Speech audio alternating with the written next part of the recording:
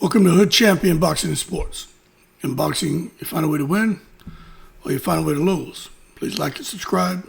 Follow me on Twitter, TikTok, Instagram. Subscribe, become a member to the channel. And leave that donation for that fried rice and chicken wings, man. But if you enjoy the content, I don't know what you're waiting on to become a member to the channel.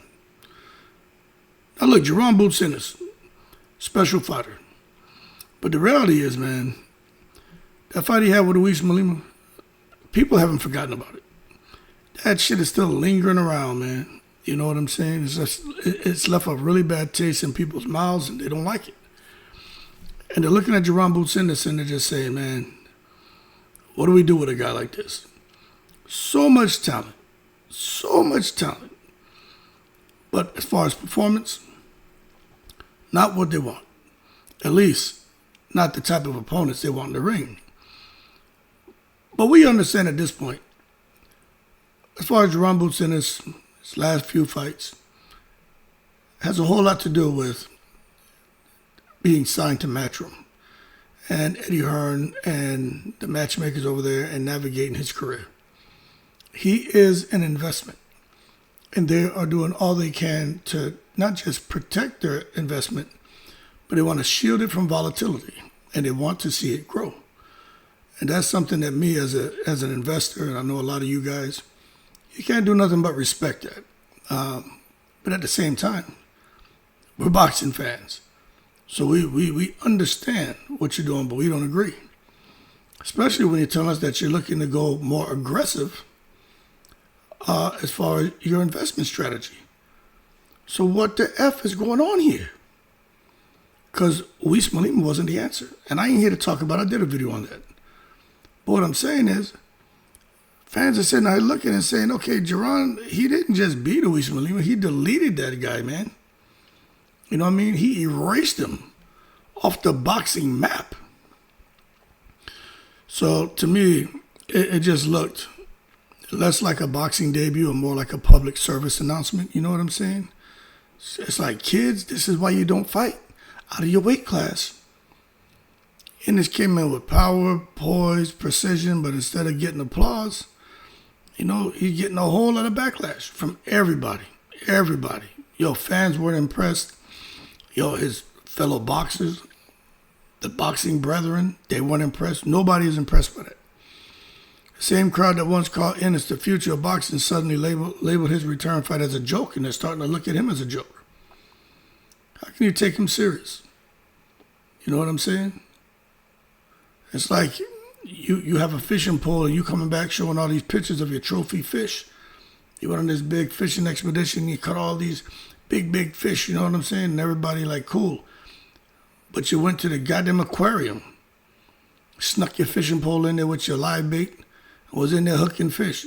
But you want to come out here and make us believe that you just have this unique skill set.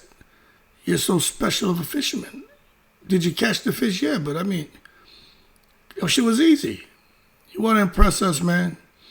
Get in there with a real challenge. You know what I'm saying? Don't go somewhere where it's going to be an easy win for you. You know what I'm saying? And that's what fans want from Jaron Ennis. They don't want any more joke of a fight. This whole thing about him and Virgil Ortiz fighting, it all sounds good. It all sounds good. I don't think it's going to happen. This thing with this guy Abbas Baru happening, look, maybe, but I'm going to tell you what. I think Bakhram Murtazaliev is the fight he needs to make, but before you even get there, he's got to deal with this fire. You know what I'm saying? That he started. That Uisma Lima fight was supposed to be his grand entrance into the 154-pound division. But remember, it was all these other big names that were being thrown at us, and we just didn't get it. Instead of getting a fight to really show just how great Jaron is, we just got something that was pretty much a sparring session that a lot of fans paid to watch.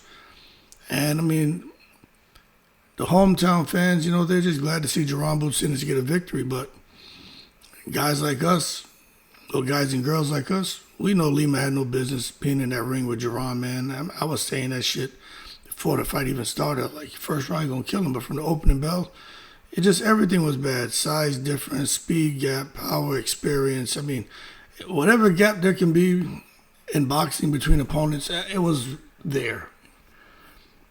Ennis was landing combinations at will. Lima, the fight didn't last long. Lima he tried to throw a couple of shots, but it wasn't competitive, and that's the problem. And fans are tired. They want to see and feel suspense, and the fight had none. So the ridicule began. It hasn't stopped. Even on Twitter, X, whatever the hell you want to call it, it just exploded. And it's still exploding, even today. Fans not even out here debating the knockout. They're just like, why did the fight happen? What's he going to do next? Memes were popping up, man, faster than punches. You know what I'm saying? Pictures of Boots punching the ghost, fans saying, Ennis versus my uncle next. Just, people had jokes. Even a guy like Erickson Lubin, he threw shade. You know what I'm saying? He posted this disgusted reaction like, this ain't it, champ. Even Lubin said it. Some people want to laugh at Lubin because Lubin got knocked out by Jamel Charlo a while ago. First round, got hit in his body. He just lost control of his body. But since then, he rebounded. He's been in competitive fights. Fought Fundora, gave Fundora all he could handle. Stopped the fight. He just had too much damage. But Lubin is a guy who's respected because, Lubin, he hasn't had soft touches. Lubin is actually a guy out here fighting. And that's what it's all about, chasing greatness, not easy wins. We don't want to see dominance. We want to see drama. We want to see you get in there with a Jamel Charlo, whoever, and get clipped, or Fundora, and drop him, he drop you. We want to see that. We don't want to go there knowing who's going to win. But you can just feel the frustration. You felt it then, you feel it now, and you're going to keep feeling it until Jaron Boots Ennis gets himself in a fight to where he's tested. This thing about he's too good. Look, here's the paradox. Jaron Ennis is too talented for his own good. He's so sharp, so explosive that most contenders don't want to risk it. I do believe there's some truth there, but I think there's a little bit of, I'm not going to say hyperbole, but I think there's some unexplored ground. And although that's the case, in my opinion, there's some promoters who knows he's still a high risk, low reward. So my thing is, you got a guy who's a high risk, low reward. So it sounds like some of the real threats don't want to mess with him because of their promoters. Then you got a guy who wants the high reward, low risk type fight. So what happens? You know what I'm saying? He's probably going to continue to get fed these kind of guys that he's just going to go in there and just, brush them off. But I think there's a difference between highlight and legacy moment. And Boots is chasing the latter. Now, this is where it gets interesting, okay? Because fans are losing their patience. We've been waiting for years for Jaron Boots Ennis to face a real name. We trust his words, but at 147, we didn't quite get what we wanted. But we're going to go ahead and start blaming Eddie Hearn because Eddie Hearn has plans. Became unified at 147, moving to 154. Now he fought somebody, picked up an interim title. This is the problem now. If they don't move him towards the danger, towards the fire, fans are going to just totally lose it. You're being told that he's the next big thing since 2020. But since then, the opponents he faced, probably, maybe the best opponent he faced was Sergey Lipinets. I would say I think Sergey Lipinets was probably the best opponent he faced. And that was 3 years ago, you know what I'm saying? And fans are tired of waiting. Every easy fight now feels just like another delay. You know what I'm saying? It's like Ennis is taking a scenic route to greatness instead of a direct shot. Fans are stuck in the passenger seat, sitting back, just sitting there like, all right, this is all right, but this ain't what we want. Let's just get to where we're going. The Lima fight wasn't just a mismatch, it was a reminder of the promise that's still unfulfilled. As a result, you'll come down, Bakhram Murtazaliev. Let me tell you something. Murtazaliev has got to enter the picture. He's got to enter the picture.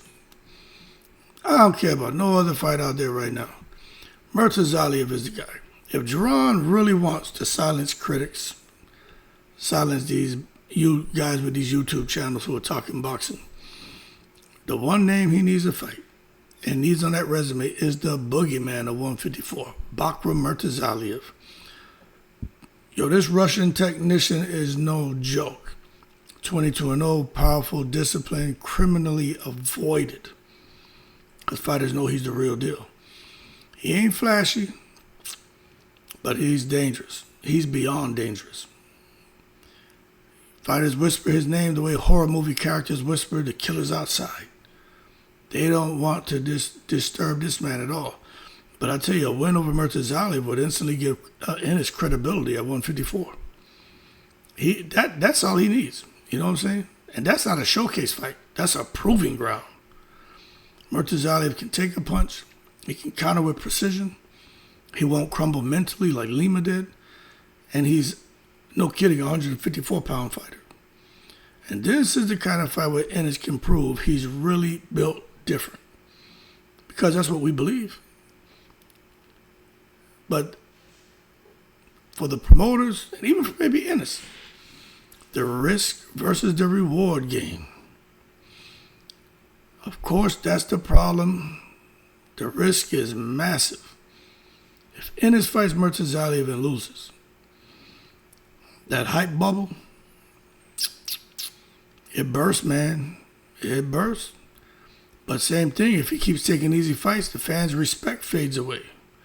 So for Ennis, slowly but surely, he's going to have to, start to come to grips that he's becoming a Nowarian in boxing. Because he had nowhere to go. So he got to make a decision.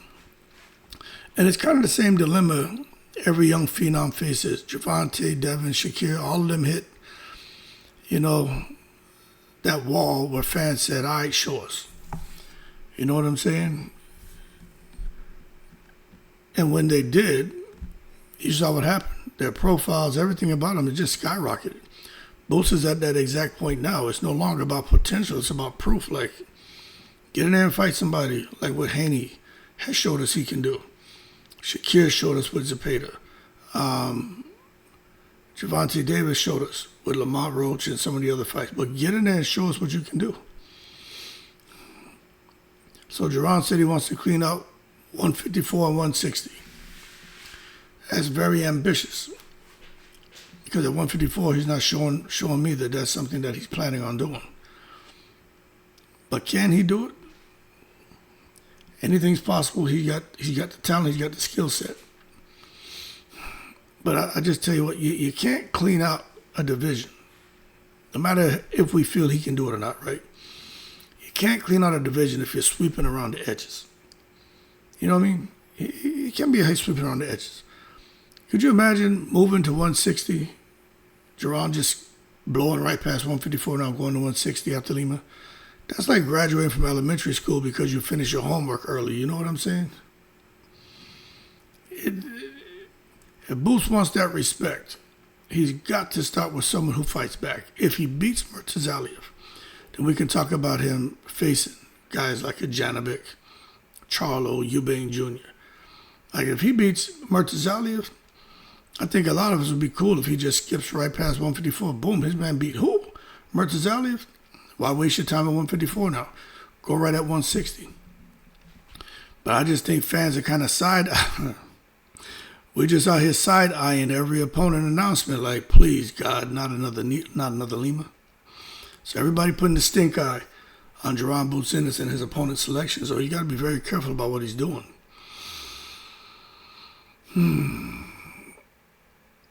But at this point, for Jaron Boots Ennis, he has two roads, okay? Keep dominating lesser-known fighters and hope a big name eventually says yes and is willing to accept your demands, your flat fees. You know what I'm saying? Whatever the fight, whatever you just deciding, this is what I'm going to give you, you're going to take. Because you're basically, I'm paying you to give you an opportunity. So I'm doing you a favor. And maybe he'll get a big name to say yes. But I tell you, the person who will probably say yes quicker than anyone else is Murtazaliev, because he's struggling for big fights. Murtazaliev wants a big fight. He just can't get it. And the thing is, I don't know why Eddie Hearn just didn't go and make the fight. They want Virgil Ortiz. Well, Virgil Ortiz is probably more money. I think it's less risk too. But Virgil Ortiz may not even get past Erickson Lubin. So Eddie Hearn may be in a bad spot. Next thing you know, he try to make Jaron Ennis against Erickson Lubin. And again, that's another fight that is going to be very interesting. I don't think that's a fight where Jaron just gets in there and walks through him. Lubin has long arms. He's a boxer puncher. He's very savvy in there, a lot of experience, and he can do a lot of things very well. It will be a very interesting fight if they fought. But we just have to wait and see how it happens. But he got to figure it out, man. Keep dominating lesser-known fighters or go after guys nobody else wants to fight and build his legend the hard way. You know what I'm saying? Because that Lima fight, I'm going to tell you right now, that reminded fans of how fragile hype can be when it's not backed by legacy fights. He's got the talent. Bolt's got the flash, he's got the look, he got his dad in his corner. But now it's time to prove he's got the grit. And he hasn't been in any situation to prove he's got any grit, so I can't say he has that. But if he steps in the ring with Murtazaliev and wins, all the criticism evaporates overnight. No doubt about that. So, was the Uisma Lima fight impressive? Technically, kind of, because how he just came in there and did the business, and he was doing some subtle things. Although the fight was quick, you could see a little slipping punches, countering, and he just watch the footwork and positioning. There's some things that the untrained eye may not see, but I saw it. So technically, it was somewhat impressive, but satisfying, hell no. I mean, you get a knockout, cool, but no, that wasn't it. I mean, we knew what was coming, man. Fans want to see Jaron in the struggle. Figure it out. Try to adapt. Overcome. Up it. Pick it up after the mid-rounds and championship rounds. Finish strong in a very competitive fight. And that's how greatness is measured, Until then, the noise won't stop. The memes won't stop. The videos we put out won't stop. And the question about whether he's the real deal will hang over every knockout he delivers. Shit won't mean anything. So in short, Jaron Ennis didn't just beat Lima. I think Jaron beat himself in the eyes of the public. And now it's time to fight someone who punches back. Murtazaliev. All will be forgiven if this man just fights Murtazaliev and can put the bing-bings on him. But I'm going to tell y'all right now, Murtazaliev is no joke. He got a chin, he got heart, strong, vicious Russian. That's the fight Boots needs. The money fight, Virgil Ortiz. We already know. But it don't sound like De La Hoya in a rush to try to make that fight either. They keep saying the name. Jaron's team, De La Hoya's team, but I'm not getting the vibe that that's next. But it sounds good. But I have a feeling it's not. But for whatever reason, Murtazaliev is there. Go after Bakhram Murtazaliev. That's my recommendation. Anyway, y'all keep cool. Shout out to the veterans on 7 continents. And this wasn't a Clarissa Shields video. But about 200 more of those coming too. Y'all keep cool, all right? Appreciate your support. I'm in the breeze.